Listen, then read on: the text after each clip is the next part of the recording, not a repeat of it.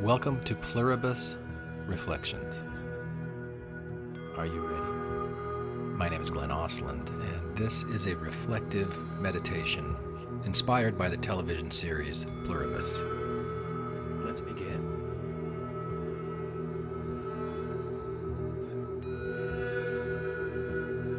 You may begin to notice how the sound of words as you sit here can sometimes be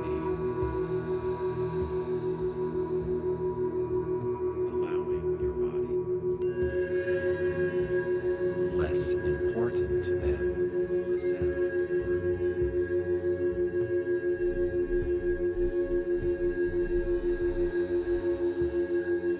The spaces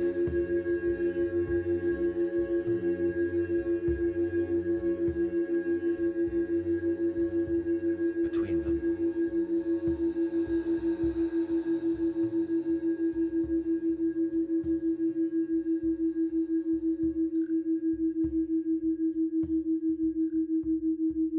In the background, you'll hear binaural audio.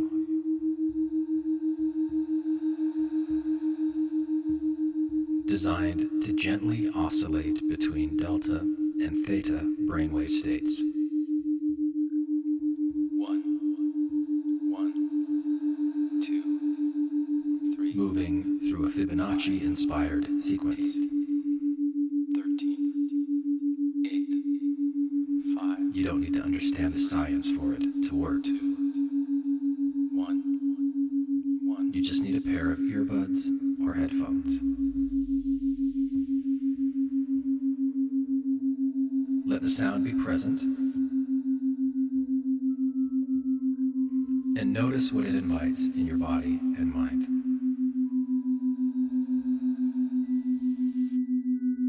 Later, I'll share more about who I am, why I work this way,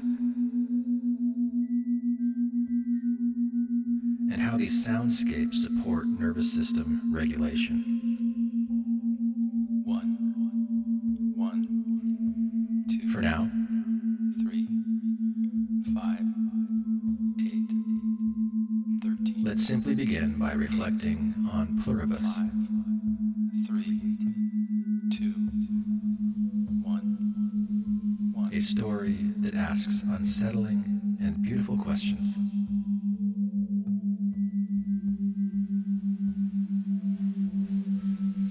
About human nature, cooperation. You don't need to focus. And what it might mean.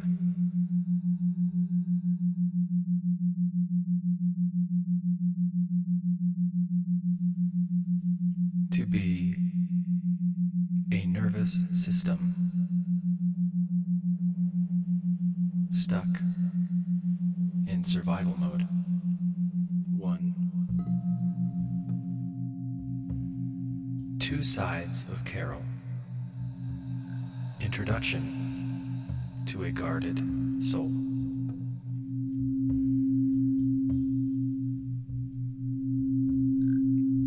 Carol Sterka, the protagonist in Pluribus, is introduced in episode 1 as a woman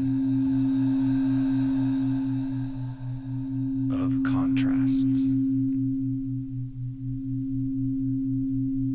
In her first scene,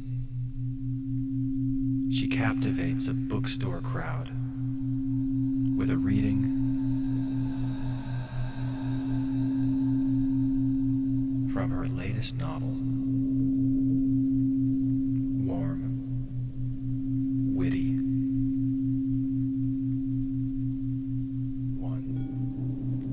and completely at ease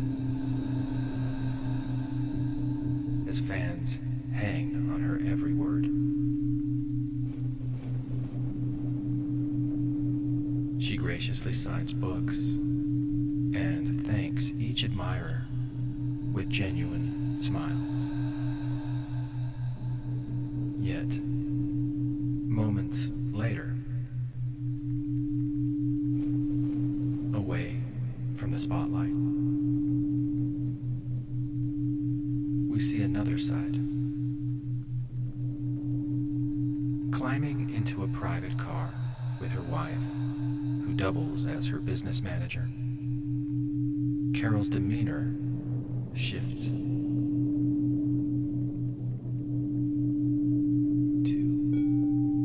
When the driver excitedly asks if she's famous and should be recognized, Carol deadpans, "It depends. Do you like mindless crap?" The comment is self-deprecating, even bitter, betraying a cynical edge beneath her public charm. Her wife chides her gently, and the ensuing conversation reveals tension. When the wife muses sarcastically about Carol's difficult life, "Oh, it must be so hard to be you, making so much money and having so many people love you." Carol responds only with a blank, silent stare. The air between them is thick with unspoken hurt and misunderstanding. This early juxtaposition sets the stage. Carol can project confidence and warmth, yet privately, she withdraws, defaults to sarcasm, or simply goes numb in response to perceived slights. The reasons for this guardedness are not made explicit, but clues emerge. We learn that Carol's blockbuster fantasy series features a heroic character named Raban. 3. When a fan asks who Raban was based on, Carol's wife teasingly suggests they finally reveal the truth. That Raban's original inspiration was one of Carol's past female lovers. Carol immediately rejects this idea, quipping, "Let's just say it was George Clooney. That's safer."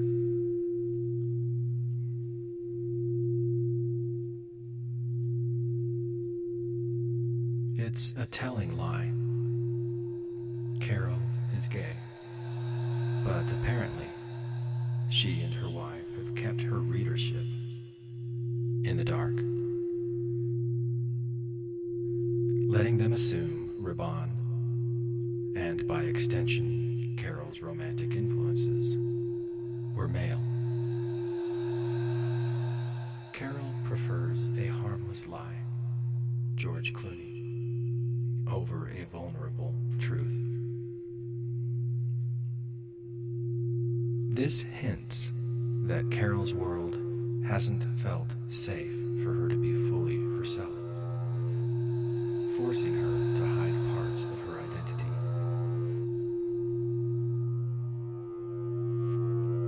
By the end of episode 1, Carol's personal walls collide with an unimaginable new reality.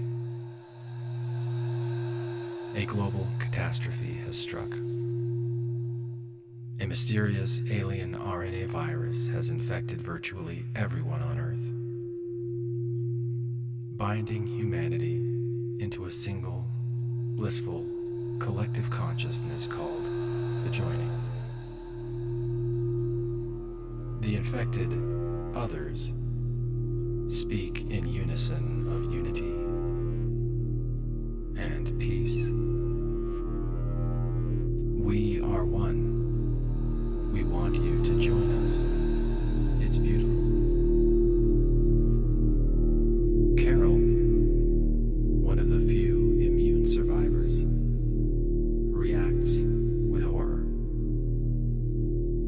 her, this hive mind is terrifying. The death of the human race as we know it.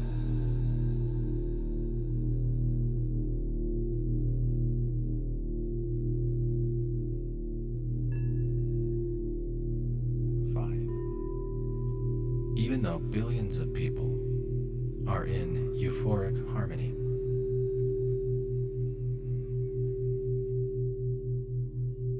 she recoils from their promises of bliss. In Carol's eyes, an existence without individuality or freedom is worse than death.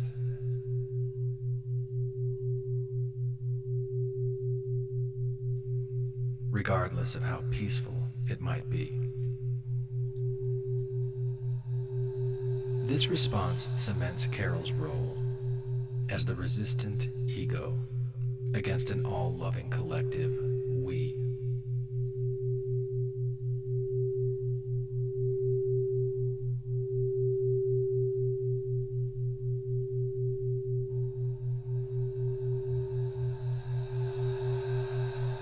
The others insist they mean no harm and only want to help her.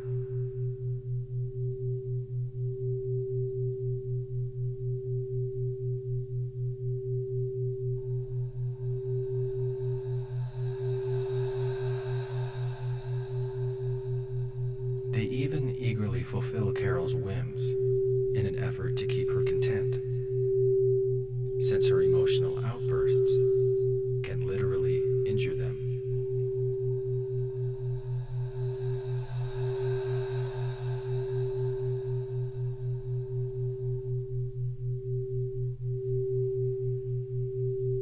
An untreated immune person's rage sends lethal shock waves through the linked minds. But Carol remains distrustful and combative, anger and grief roiling under the surface. Why does Carol respond this way? Why, when offered unconditional empathy and permanent happiness, does she bristle with fear and skepticism?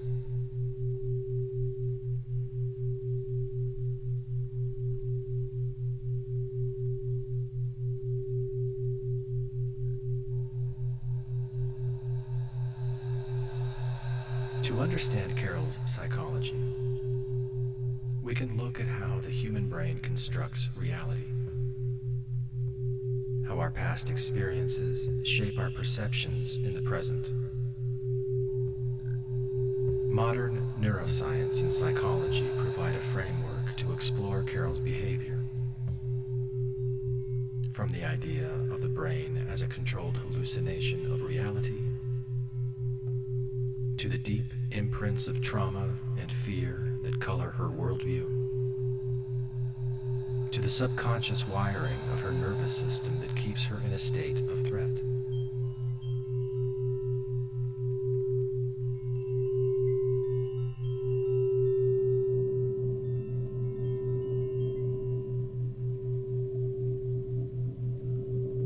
We'll also explore how evolutionary biology and neurobiology, from mirror neurons to the vagus nerve, to even RNA at the cellular level, underpin both Carol's individual struggle and the sci-fi collective bliss of Pluribus. In essence, Carol's journey can be seen as a clash between an isolated, wounded mind and a new paradigm of safety and connection. Understanding the science of perception, trauma, and social bonding will illuminate why Carol cannot simply accept the utopia offered to her,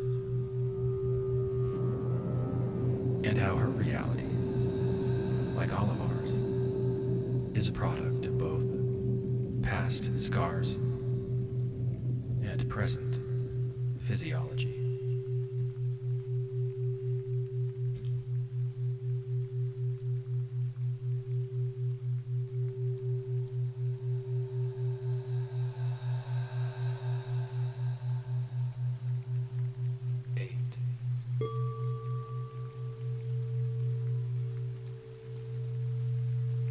All right, I want to pause here for a moment and share a little more context for what you're hearing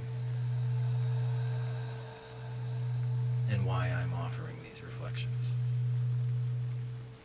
So my name is Glenn Osland, and I work as a soul-centered, trauma-informed mental health counselor, and I absolutely love it. I've been working with binaural beats now for over a year. And it's been one of the most effective tools I've found for calming my nervous system, reducing anxiety, easing chronic stress, and creating more mental clarity and emotional flexibility. And let me give you an example. After I'd been creating podcasts like these for, I don't know, maybe 3 months, I was having a little argument with my partner. And I had this moment that reminded me, the best way I can describe it, you know the movie The Matrix, at the end where Neo was standing there and he sees the codes on the wall or the hallway that he's in, and there's this bullet traveling towards him, and he just very curiously reaches out and he grabs it, and he puts that bullet in his fingers and he examines it, and he puts it back. I don't know, I'll have to go and watch that movie again and see if that's really what happens. That's how I remember it. That's what my brain's controlled hallucination is telling me. But in that moment when I was with my partner, I saw my own defensiveness rising up in me, kind of like that bullet. It was a strange experience, but it was really cool. And I was able to step out of the way of my own defensiveness, not fall into these old mental habits that I had developed over time of feeling hurt and immediately getting sarcastic or whatever it is that I do. And I wondered, what's going on? What's different? What have I been doing different in my life? And then I remembered that I'd been creating these binaural podcasts just because I like the sound and I like playing with these different soundscapes. So I did some research and I found that binaural beats have actually been studied and they've been proven to be effective in some cases, not in all, with sustained use over time to reduce symptoms of anxiety and reduce symptoms of depression, improve sleep quality, improve vagal tone. And so I've kept with it. And I'm glad that I have. And it's my pleasure to share this with anybody who's interested in tuning in and listening to these things, but mainly I create these for myself. Because I also recently got one of those rings that gives you real-time biofeedback. It's not an aura ring, it's called a ring con. And it shows me my stress levels.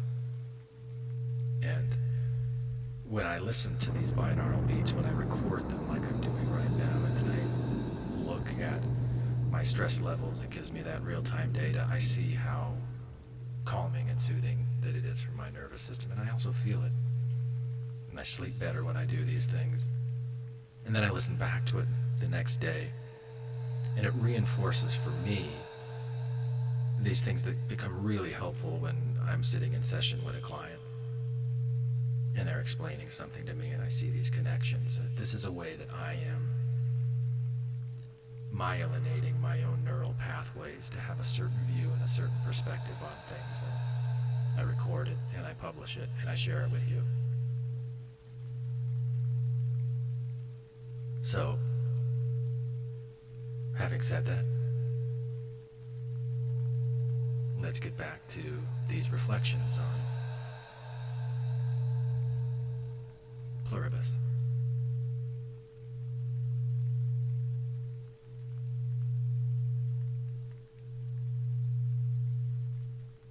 Perception as a controlled hallucination.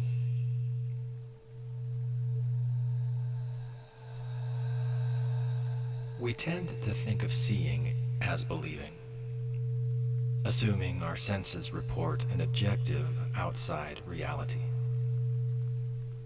However, neuroscience has flipped this notion. What we perceive is largely the brain's best guess of what's out there, based on signals it receives and processes, based on what it's learned before. Cognitive scientist Anil Seth famously described our conscious experience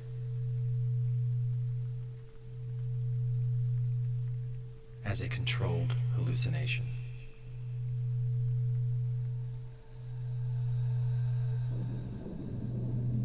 A kind of internally generated prediction that is reined in by sensory inputs. In Seth's words, we're all hallucinating all the time. When we agree about our hallucinations, we call it reality. In other words, the brain is constantly constructing a model of the world. And if our brains agree with others' models, we take that as truth.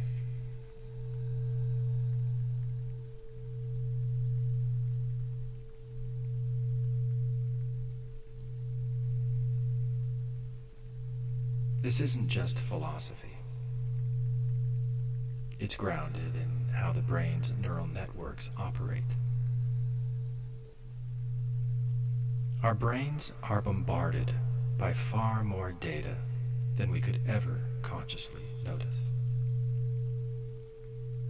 Estimates suggest the human body sends about 11 million bits of information per second to the brain. Yet our conscious mind can process only about 40 bits per second.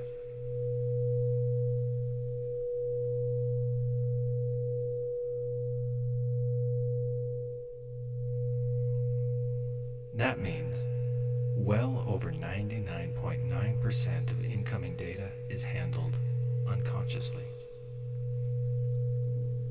To avoid sensory overload, the brain relies on shortcuts and predictions, using past experiences to filter and interpret what's happening in the moment.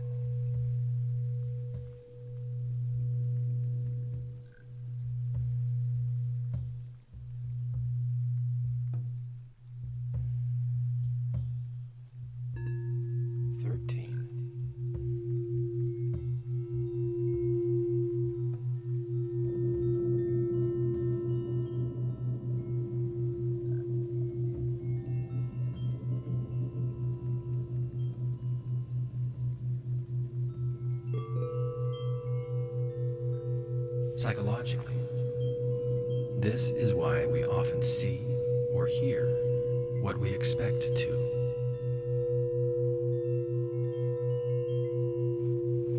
And why our expectations so powerfully shape our reality. This predictive processing is generally useful. It's how you can immediately read printed words. Your brain predicts letters and words from experience. Or how you intuitively know that a door will open when you turn the knob. The brain continually compares incoming sensory signals to its internal predictions. When there's a mismatch, a prediction error, it updates the model. In this way, the hallucination is controlled by reality. But if the input is ambiguous or minimal, the brain's best guess can dominate. Think of seeing faces in cloud shapes. Your brain imposes a familiar pattern.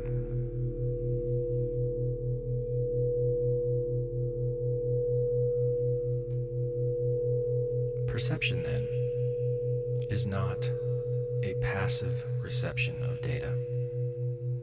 It is an active construction.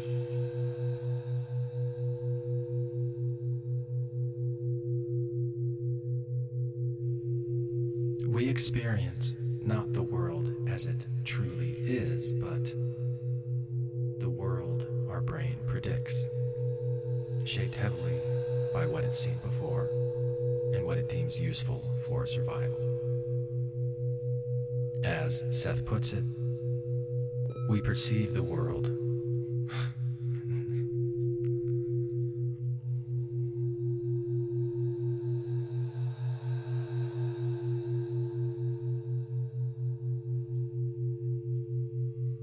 meaning our brains care more about making sense in a way that aids our goals and safety than it cares about objective accuracy.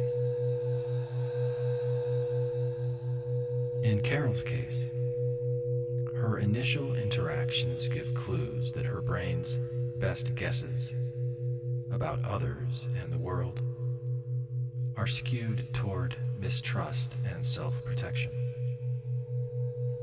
When her driver asks if he should know her, her immediate internal prediction might be, "This stranger is prying or fawning. I need to guard myself." Hence the cutting, mindless crap reply.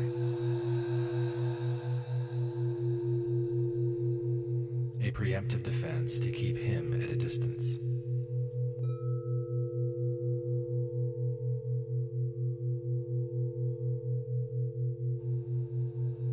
When her wife offers what, on the surface, is a supportive remark, "People love you," Carol's perception might automatically detect sarcasm or resentment, whether or not it was truly there. Her blank stare could be her brain's way of freezing, rather than engaging with a comment it interprets as invalidating. In other words, Carol's brain is filtering these moments through a lens grounded by years of her past experience. She seems to expect criticism or ulterior motives, even from loved ones. And so that is the reality she perceives. A classic controlled hallucination.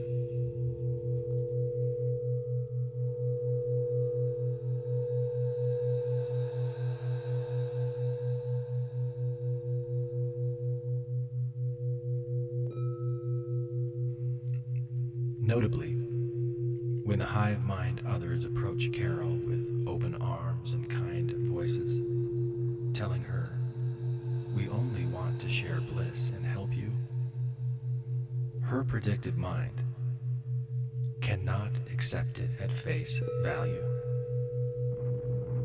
Given everything she's seen in life, a proposition that sounds like pure conditional benevolence triggers suspicion.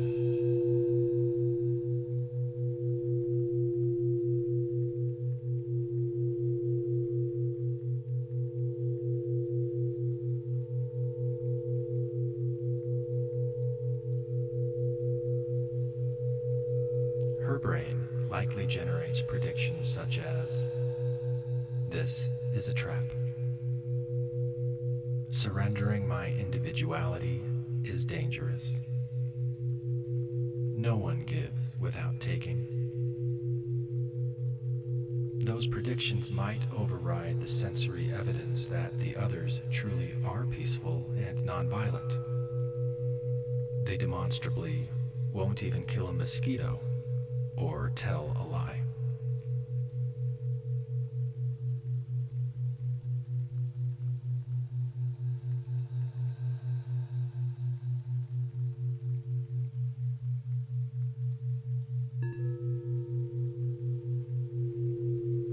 To Carol, the serene smiles of the joint humans read as eerie or menacing because her mind is filling in intentions based on her internal model.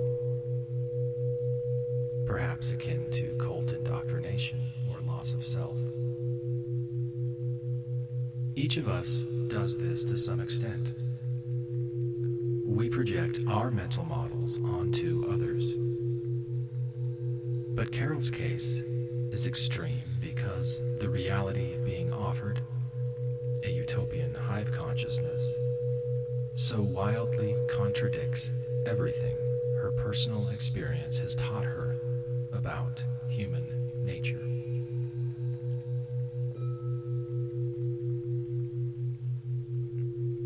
Samskara, the imprints of past experience. Why is Carol's internal model so distrustful and defensive? To answer that, we can explore the concept of samskara, a term from Indian philosophy that has a parallel in modern psychology. Samskaras are mental impressions or psychological imprints left by our experiences. Every action, event, or trauma we go through leaves a trace in the deeper mind, shaping our future perceptions, emotional reactions, and behaviors. In essence, samskaras are like grooves worn into the road of the mind.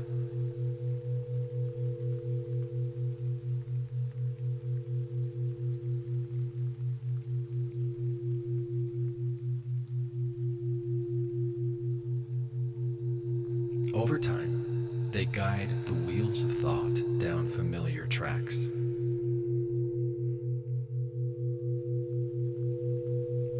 If one has repeatedly been hurt or disappointed, a samskara of "I will be betrayed" or "I am not safe" may form.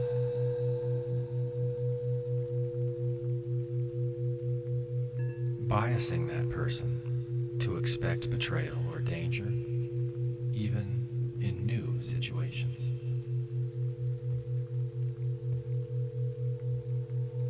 For Carol, we can infer several samskara-like imprints from her backstory.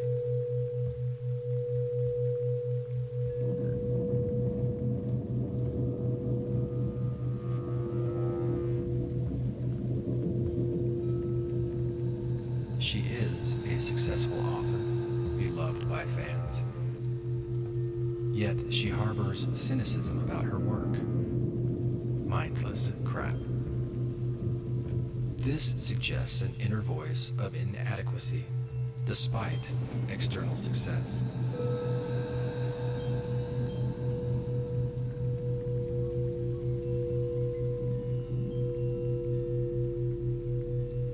Possibly an imprint from earlier in life. Criticism from a parent or mentor, for instance, leaving her with subconscious beliefs that her creations are frivolous or that praise is insincere.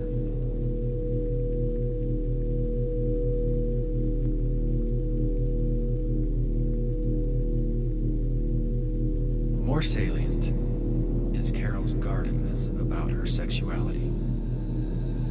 The fact that she insists on publicly attributing her fictional hero to George Clooney, rather than admit Raban was inspired by a woman, implies a history where coming out was dangerous or costly.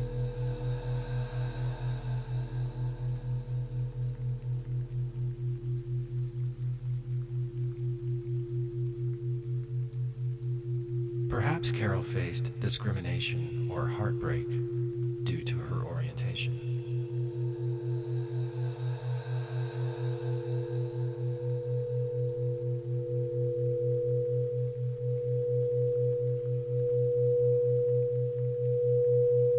That could leave a samskara of shame or fear of rejection, causing her to reflexively hide her true self.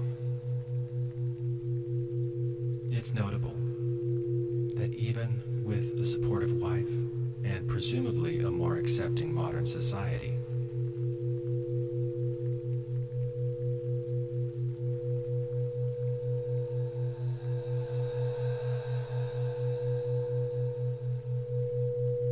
she is an established public figure, after all. Carol still doesn't feel safe being open.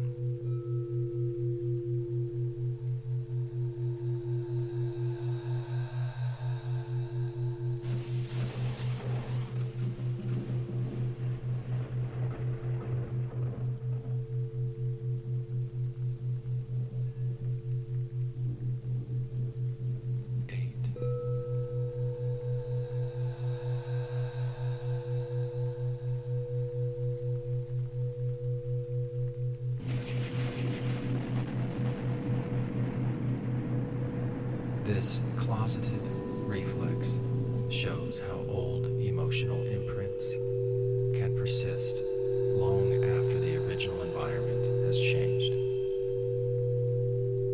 In her mind, it's still safer to conceal and put on a persona, a direct manifestation of past conditioning.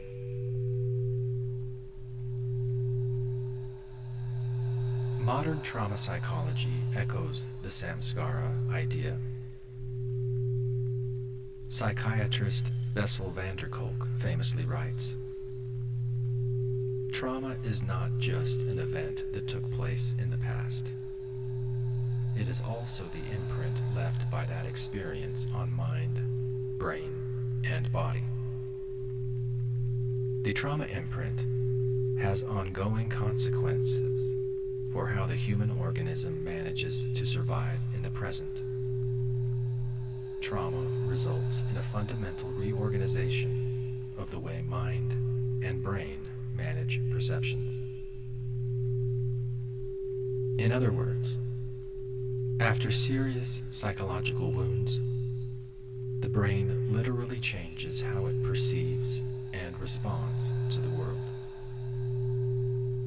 It may become hypersensitive to potential threats, constantly on alert. Things that remind the person, even unconsciously, of the original trauma can trigger intense reactions seemingly out of nowhere. The person's internal reality shifts to one dominated by the past, often at the expense of accurately assessing the present. Gabor Mate, a renowned trauma expert, describes it poignantly. Whether we realize it or not, it is our woundedness, or how we cope with it, that dictates much of our behavior, shapes our social habits, and informs our ways of thinking about the world. Our wounds become lenses through which we view others and ourselves. Mate recounts how even as a 71-year-old, he found himself reacting to a minor disappointment, his wife running late, with disproportionate rage and coldness. Not as a rational adult, but as a hurt child, reliving the pain of early abandonment. He calls this phenomenon being in the grips of the distant past, a time warp, where one's body and emotions are replaying an old story rather than the current scenario. Carol's blank stare or bitter retorts can be seen as just such trauma replays. When her wife says, "It must be hard being loved by so many," Carol could laugh it off or acknowledge the irony if she felt secure.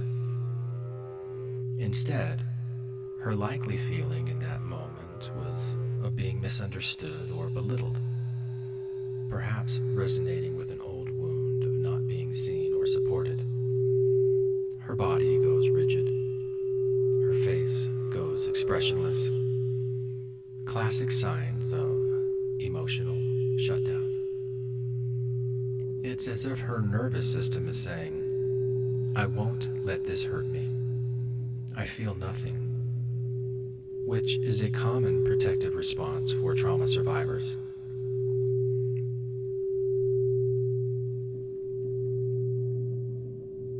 Being frightened means that you live in a body that is always on guard.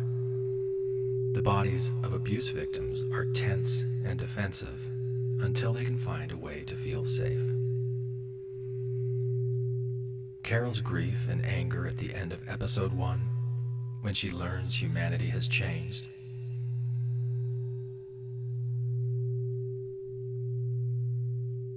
After experiencing the death of her wife and learning that humanity has changed.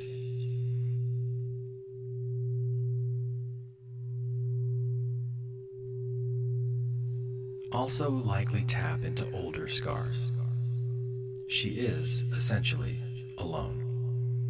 One of 13 uninfected individuals on Earth, while everyone else is experiencing euphoric togetherness.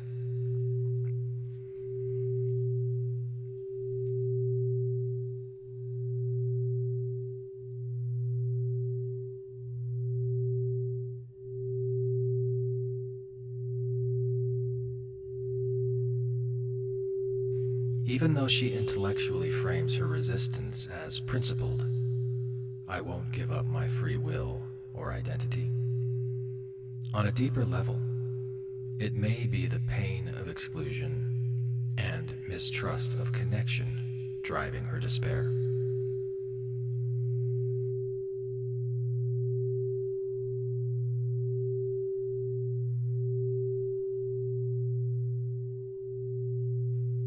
Perhaps Carol has never truly felt part of a warm, safe collective in her life.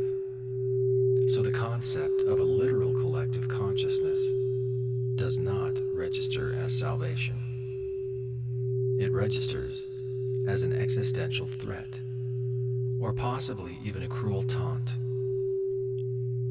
Imagine a lifelong outsider being told, "Cheer up, now everyone is happily unified.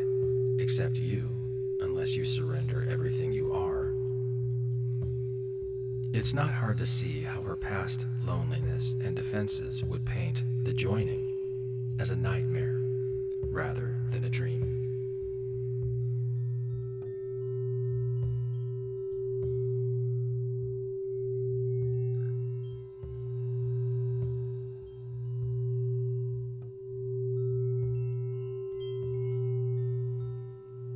There is a term in trauma therapy, the tyranny of the past.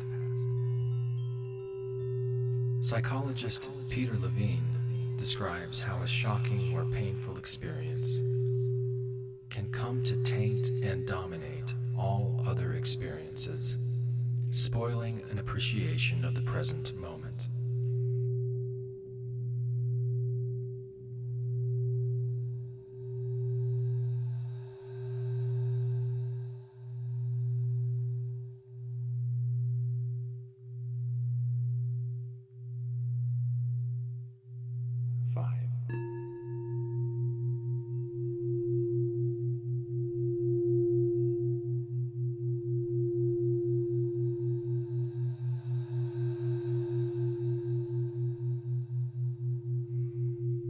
For Carol, the present moment, a world offering her love, unity, and peace, is utterly spoiled by her past-driven inability to trust or feel safe.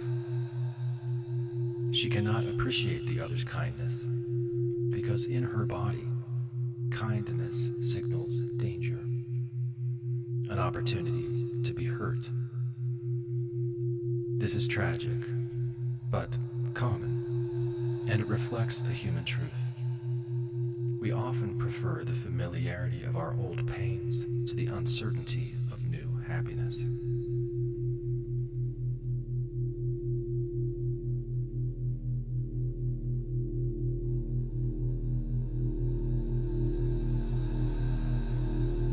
Carol's controlled hallucination, her brain's predictive model, has been so deeply wired for independence and skepticism that even when reality suddenly shifts, human nature itself seemingly evolving overnight, she clings to the old paradigm.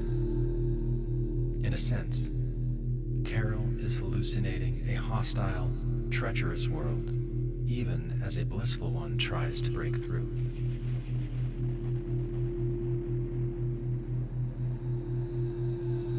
Deep wiring, habits, neural pathways, and samskara in the brain. Neuroscience provides insight into how these samskaras or trauma imprints become so ingrained. It comes down to how neurons form networks and strengthen with repeated use.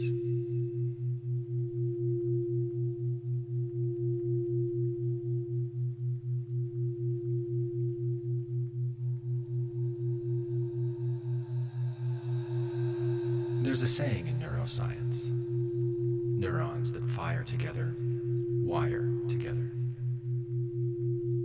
Every time you have a certain thought, perform a certain action, or feel a certain emotion, a specific network of brain cells activates. If you repeat that experience often, the connections in that network grow stronger and faster.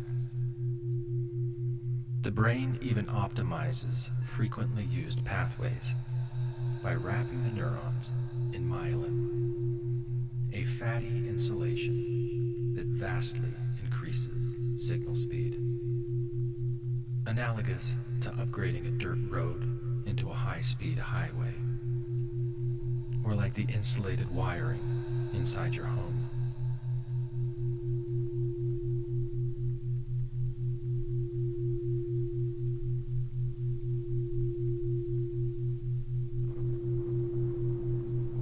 In fact, heavily myelinated neural pathways can conduct impulses up to 300 times faster than an unmyelinated one.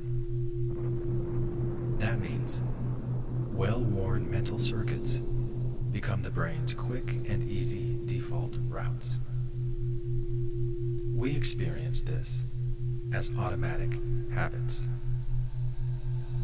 The more reflexively you think or do something, the more likely you'll do it again next time, because the brain prefers the efficient path it knows well. From infancy through adolescence, our brains are especially plastic and myelinate rapidly. We lay down many of our core neural patterns in those formative years. Emotional experiences during childhood and teen years, whether loving or traumatic, build strong neural pathways that shape our adult personality.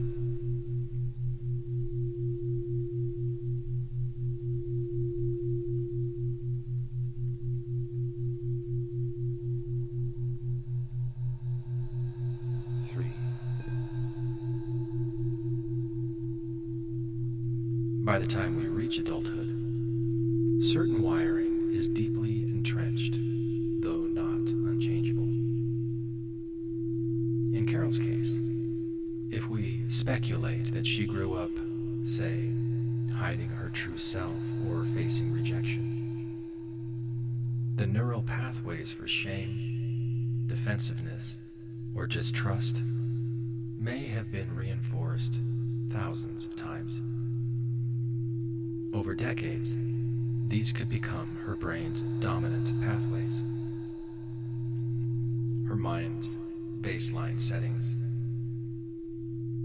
So when a situation even vaguely resembles those past scenarios, for example, someone she cares about making a cutting remark, or a group asking her to join and trust them. Those old circuits fire instantaneously before her conscious mind can even object.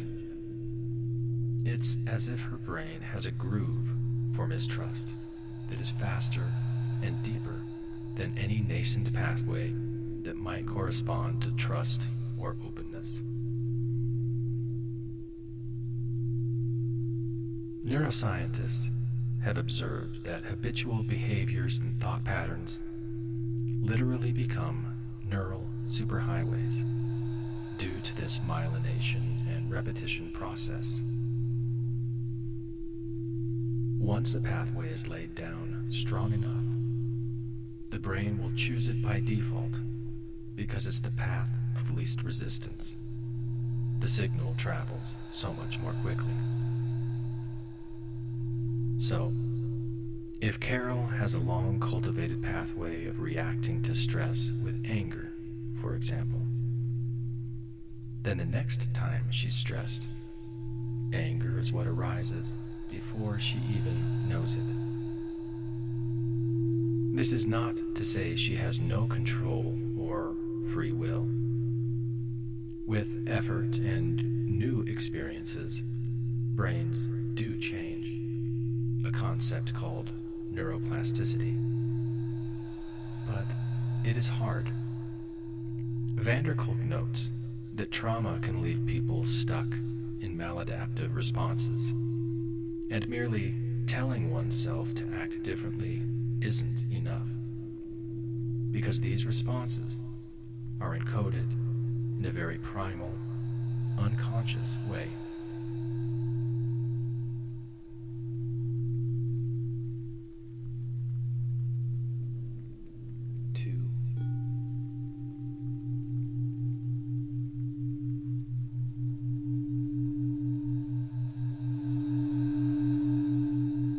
A vivid metaphor comes from the yogic perspective. Samskaras are sometimes described as some scars on the psyche, or like ruts in a muddy road that your wagon wheels keep falling into. The more you go over the same spot, the deeper the rut, and the harder it is to steer out of it. Carol's emotional ruts run deep. Even when confronted with an unprecedented situation, alien hive mind, she falls back into familiar grooves: sarcasm, skepticism, isolation. Her brain's predictive machinery and her past conditioning lock her into an old pattern, even as the world tries to offer her a new one. In terms of narrative tension, this makes her a compelling character. She's effectively immune, not just to the virus, but to the paradigm shift the virus represents, for better or worse.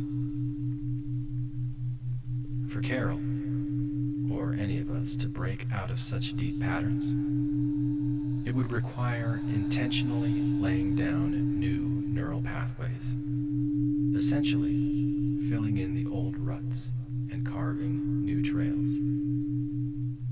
This can be done through practices that promote new thoughts and experiences repeated over time.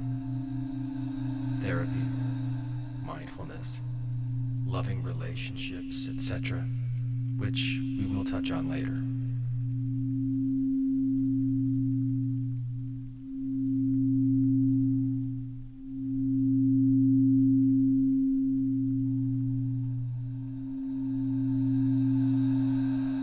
But Carol hasn't had a chance to do any of that yet.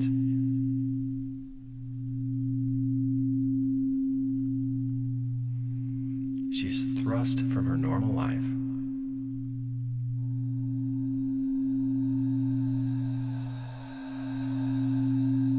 into a crisis.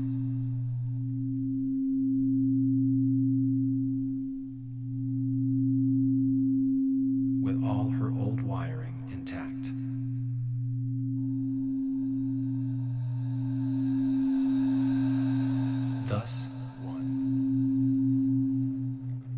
battle between Carol's individual ego and the collective consciousness in Pluribus can be seen as a battle between deeply entrenched neural emotional circuits and a radically novel input trying to overwrite them. Little wonder that Carol doesn't immediately change her tune. Her very brain circuitry is resisting.